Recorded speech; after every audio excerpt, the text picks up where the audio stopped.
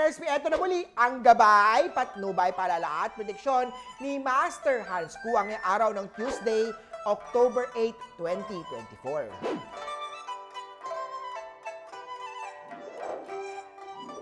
Para sa mga pinanganak ng Year of the Rat, change of scenery will do you good. Kaya naman huwag mahiyang mag-leave sa trabaho at mamasyal.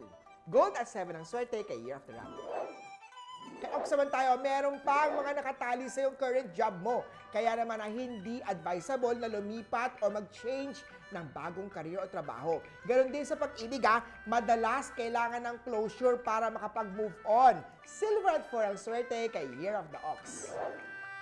Kay Tiger naman tayo, magkakaroon ka ng labas.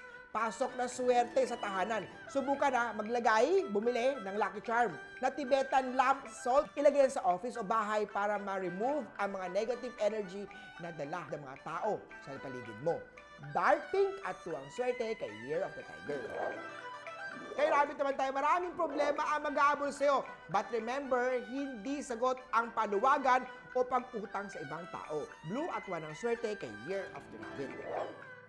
Drago naman tayo, huwag kang mahulog sa tao na may conflicting signs sa'yo. Hindi kayo magkakaintindihan, tandaan. All new relationship must be taken seriously. Orange at 3 ang swerte kay Year of the Dragon. Kay Snake naman tayo, iwasan madaya para maka-attain ng mga success. No amount of feng shui advice naman will help kapag ikaw ay may masamang intensyon.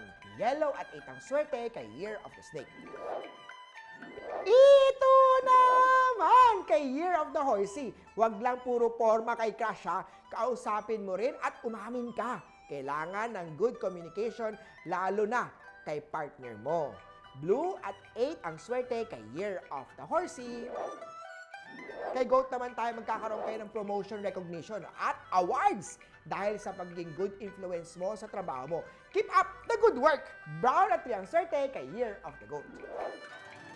Kay Monkey naman tayo, ito ang ideal day para mag-invest na. Just make sure na walang sabit ang mga papeles at make sure din na legit, totoo ang kausap mo Red at 2 ang swerte kay Year of the Monkey.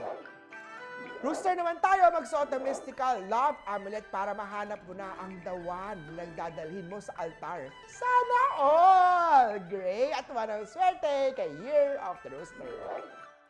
Kay Dog naman tayo, makakapag-close ka na ng deal at project.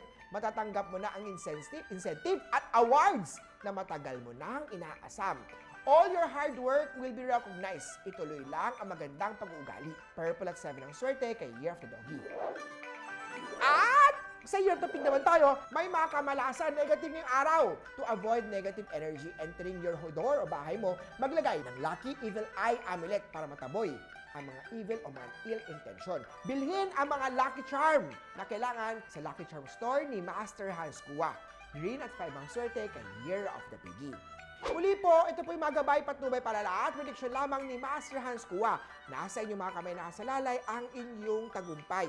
Kaya always be positive at i-claim ang mga swerte, mga ka-RSP. Maswerteng umaga sa lahat.